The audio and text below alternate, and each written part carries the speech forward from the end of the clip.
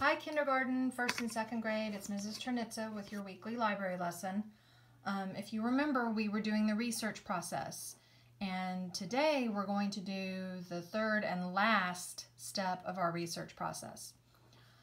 If you remember, the first one was think and ask, when we brainstormed an idea and we started asking questions, and I came up with questions for us to research. And remember, we picked for kindergarten and first grade, we picked monarch butterflies, and for second grade, we picked Independence Day, and we came up with some really good questions.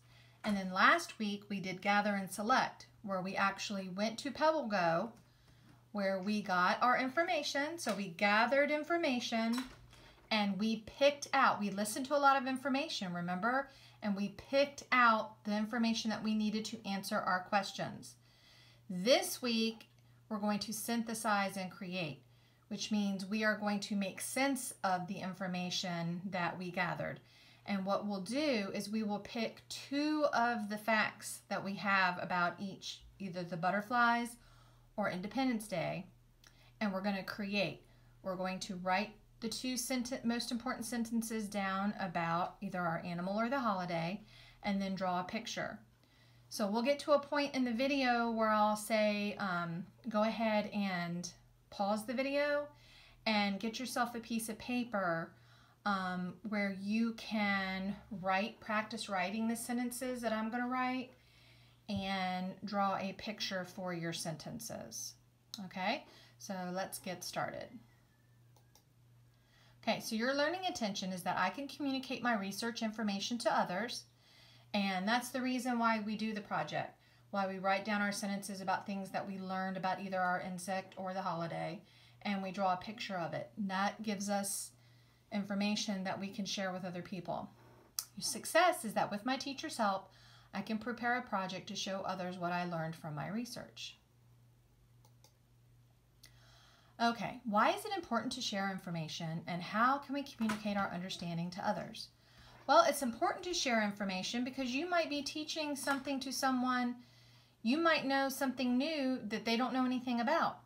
So like kindergarten and first grade, you might be giving information to other people about monarch butterflies that they never even knew about. And second grade, you might be giving information to could be other students, friends, family, maybe your siblings, brothers or sisters, about Independence Day, things that they may not have known. So you're going to be able to teach them new things. And how do we communicate it? Well, there's lots of things that you can do. You could do book reports if you want to be able to communicate about a book that you like that you read. And a lot of people do projects where they write sentences down about their subjects and they draw pictures. And when you get a little bit older, there might be reports, which are a little more complicated than what we're going to do today. But those are ways that you can tell somebody, teach them about the things that you learned so that they can learn it too. Okay, I really like this first one that I found. It's a kindergarten animal research project, and basically it shows you where they typed in the information about their animal and they drew a picture. What we're going to do is actually write the sentence about our topic and draw a picture, but this gives you an example of how they did it by typing it and drawing a picture.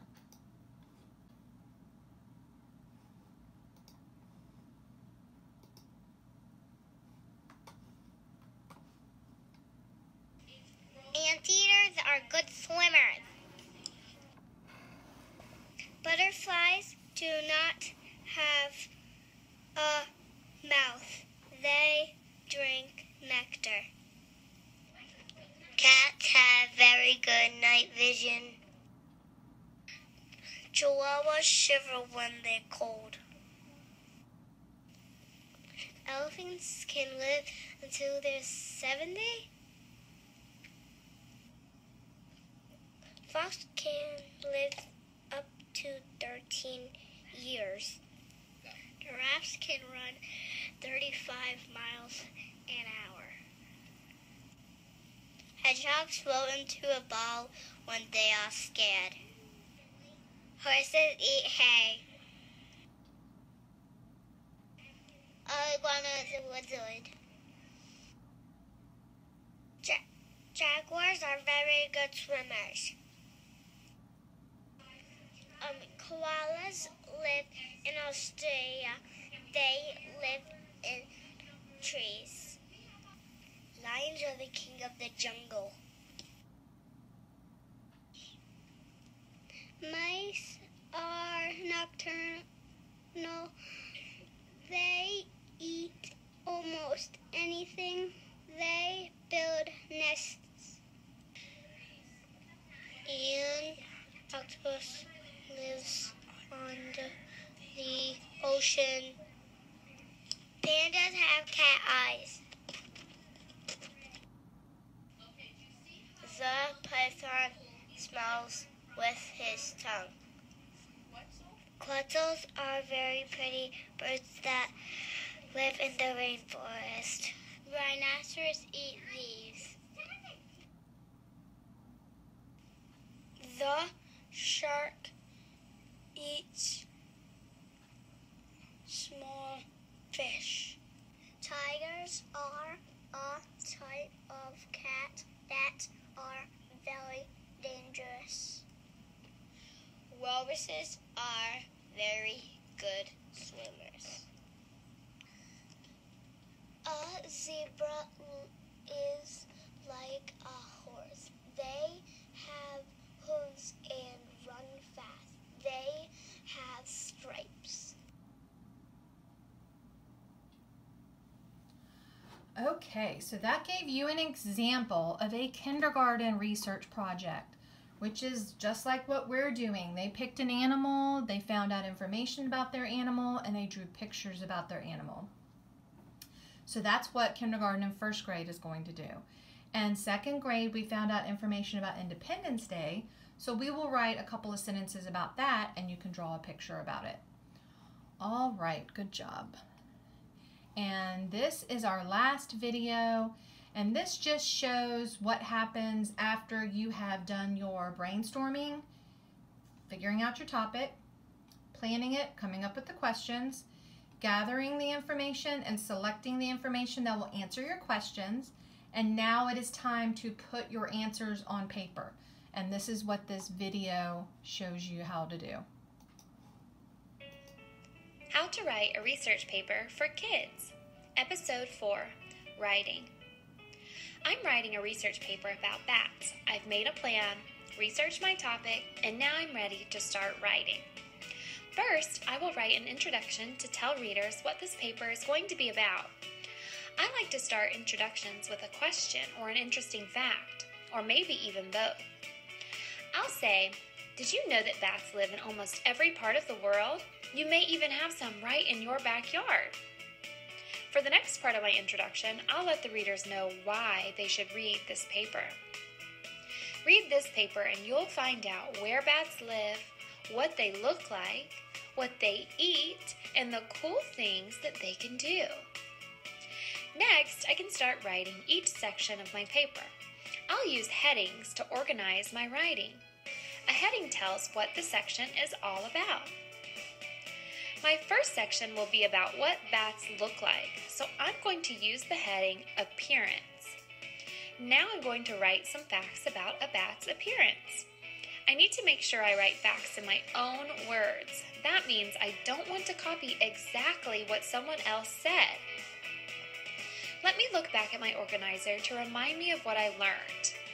First, I'll tell about their fur. Bats have fur. Their fur can be black, brown, or gray. Next, I'll tell about their size. Bats can be big or small. The smallest bats have a wingspan of 6 inches. The largest bats can have a wingspan of 6 feet. My next section is about where bats live, so I'll use the heading Habitat. Again, I'll look at the information I recorded on my graphic organizer. This time, I'll start the section with a question to make it interesting. Do you think bats live near you? Bats can live anywhere as long as it's not too cold. They like to rest in dark places like caves. My next section is about what bats eat, so I'm going to use the heading Diet. Many bats like to eat bugs. Other bats eat plants as well. There are even a few bats who like to eat other small animals. And finally, I want to tell information about what bats do. I bet you already know that bats can fly, but did you know that they can fly 10 miles per hour? Kids can only walk about 2 miles per hour. Bats also make loud screeching noises to attract other bats. And some bats even drink blood. Now I've written all of the information I have found. I'm ready to write an ending so readers know my research paper is finished. I'll say, aren't bats cool animals? I learned new facts about their appearance, habitat, diet, and the cool things they do. I hope that you learn new information about bats too. Now I've written the first draft of my paper, but I'm not finished yet. Check out episode 5 to see how I revise my paper to make it even better. Okay, guys, good job. All right, so she showed you how she took all the information she found and how she wrote her information down so she could share it with other people to teach them what she learned about bats. All right, so what we are going to do is we are going to, now that for right now, this is kindergarten and first grade. So second graders, you can always pause the video, get a piece of paper and a pencil and some crayons and markers, and fast forward it to when I work on the second grade paper. Right now, I'm going to do monarch butterflies with kindergarten and first grade. Now for kindergarten and first grade, what I need you to do right now is also get mom or dad to pause the video and go get a piece of paper and a pencil and some crayons and markers. And then when you come back, you will be ready to write the sentences down and draw your picture. Okay, so if you look at the information we found about monarch butterflies, we found out that butterflies drink nectar. We found out that they live in meadows and fields. We found out it takes 4 weeks for them to go from larvae to adults. We found out that they use a proboscis to drink the nectar. And we found out that their antennae helps them find food. But we're not going to write all of those down. That'd be a bit much. So we can pick 2 important things. And I think probably the 2 important things that you guys would be interested in writing is we could put monarch butterflies live in meadows and fields. They drink nectar. Okay, so Miss T is going to write, and when I'm done with this, you can always pause it so that you can take your time and write your sentences down. So we are going to write monarch, and this will help you practice your writing too.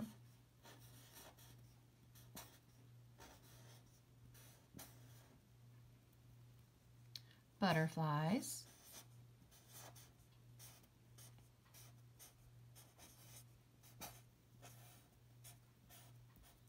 And if you go over the end of your paper like that, it's okay. Live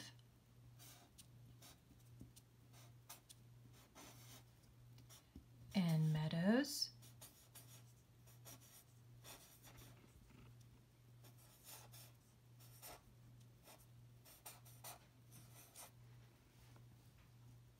and fields.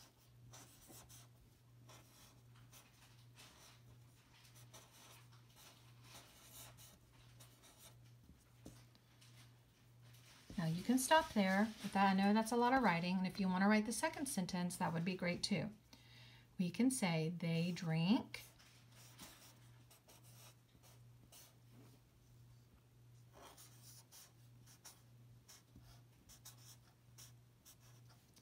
nectar.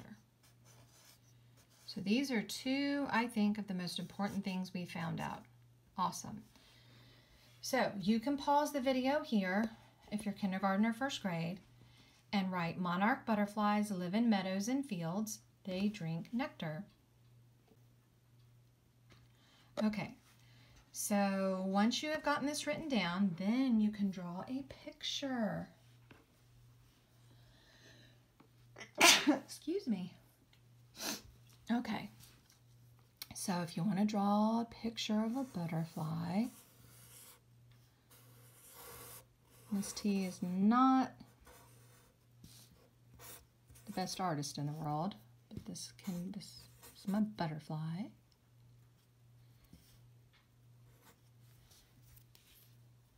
And you can draw it however you want.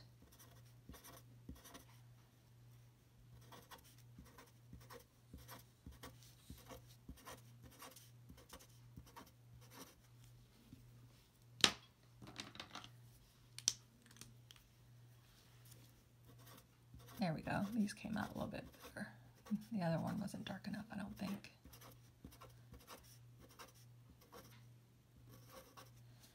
So you can draw a butterfly, and if you want, you can always draw some grass.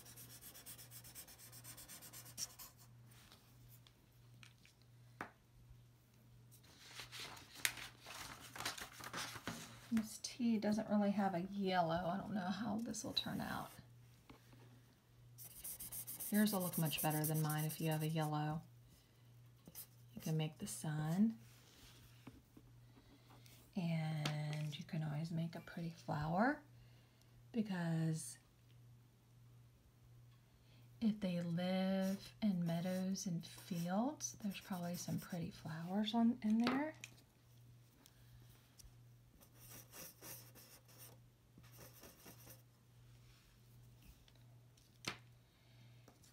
And you can always draw more than one butterfly if you want to.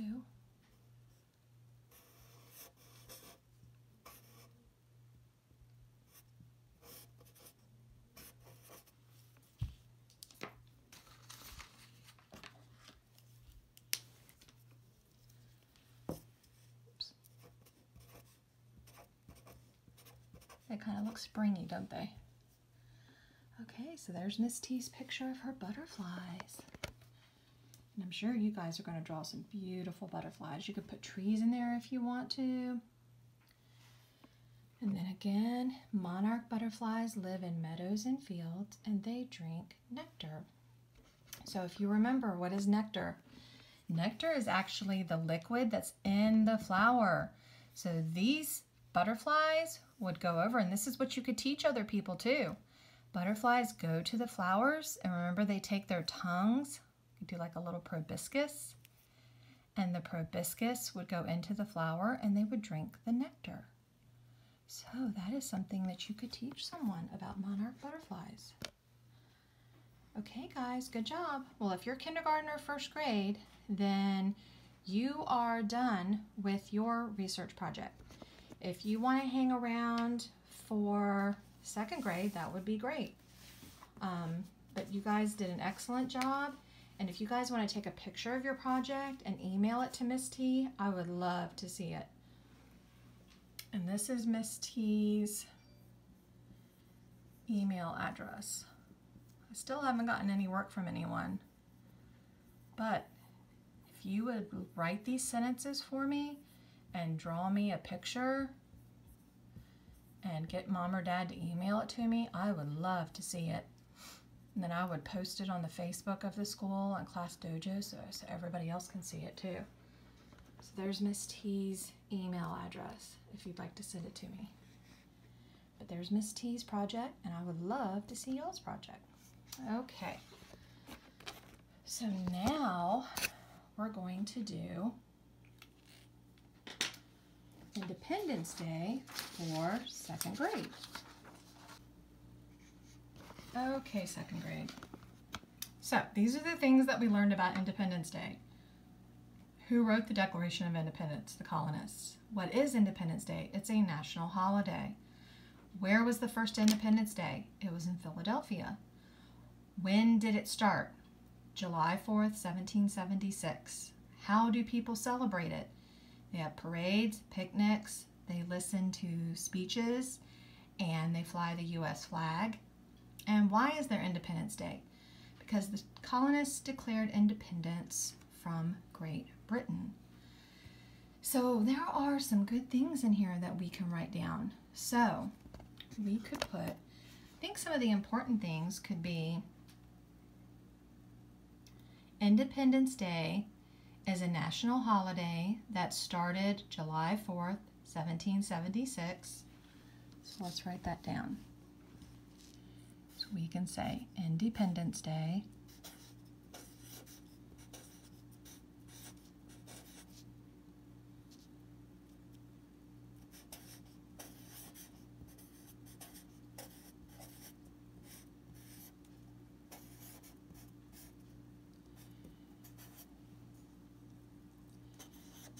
is a national holiday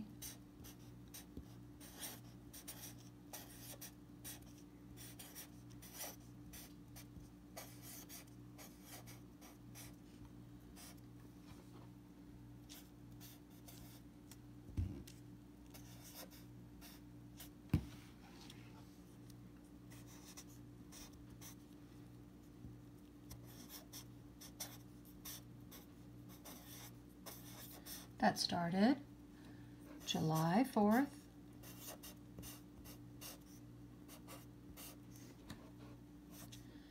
1776.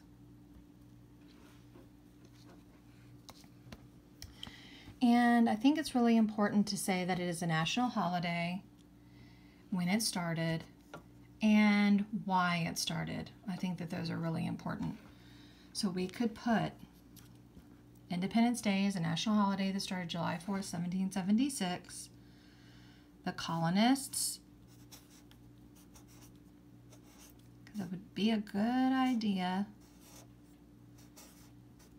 for people to know why, declared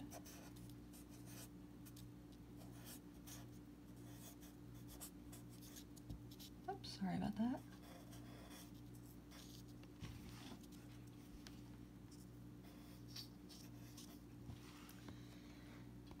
Colonists declared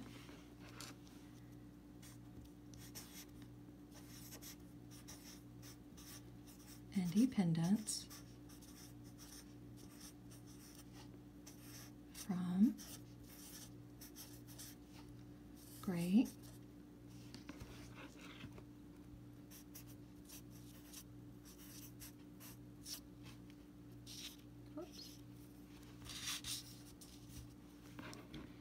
Britain.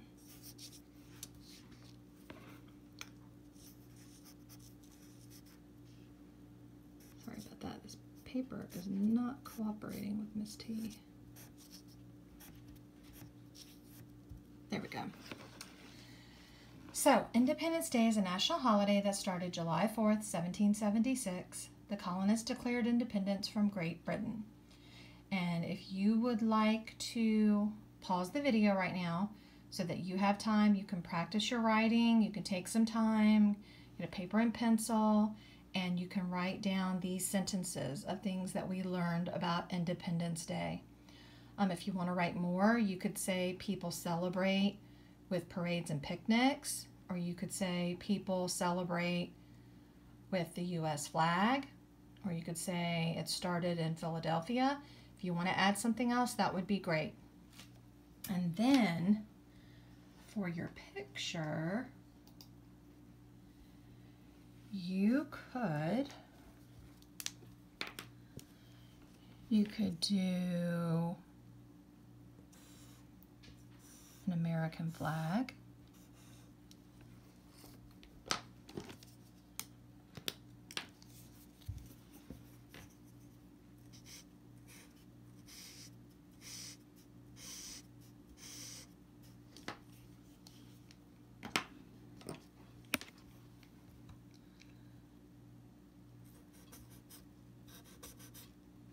I know there's more stars. Miss T just doesn't have a whole lot of room.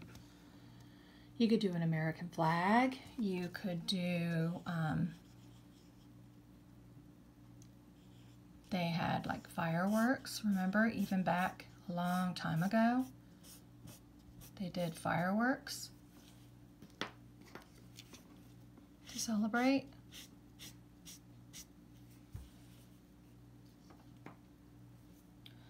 You could do people sitting at a parade. And Miss T cannot draw people very well. But you could do people watching the fireworks.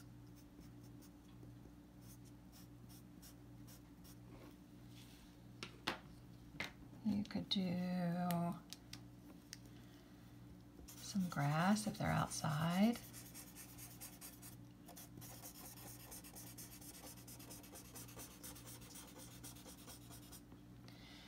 Or if you have family that's in the military, you could draw a picture of your family and whatever branch of the military they're in would be great.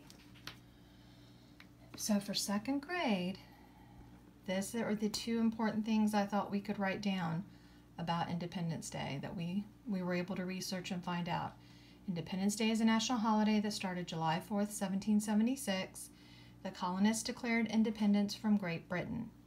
And you can add anything else that we learned if you'd like. And you can always pause it here too.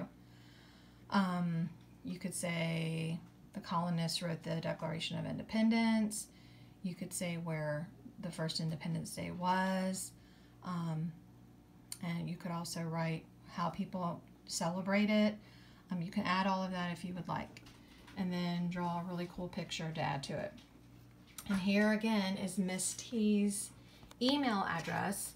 If you guys would like to write your sentences and draw a picture, and Mom or Dad could take a picture of your work and email it to me, that would be great. I would love to see your research project and see what a great job you did and all the information that you can now teach somebody else. All right, so thank you guys so much. You did an excellent job. So that is the end of our research for now. And if you would like to send those to me, I would love to see them. All right, guys. Well, that's it for this week. Have a great rest of the week, and I will see you again next week with the new library lesson. Take care. Bye-bye.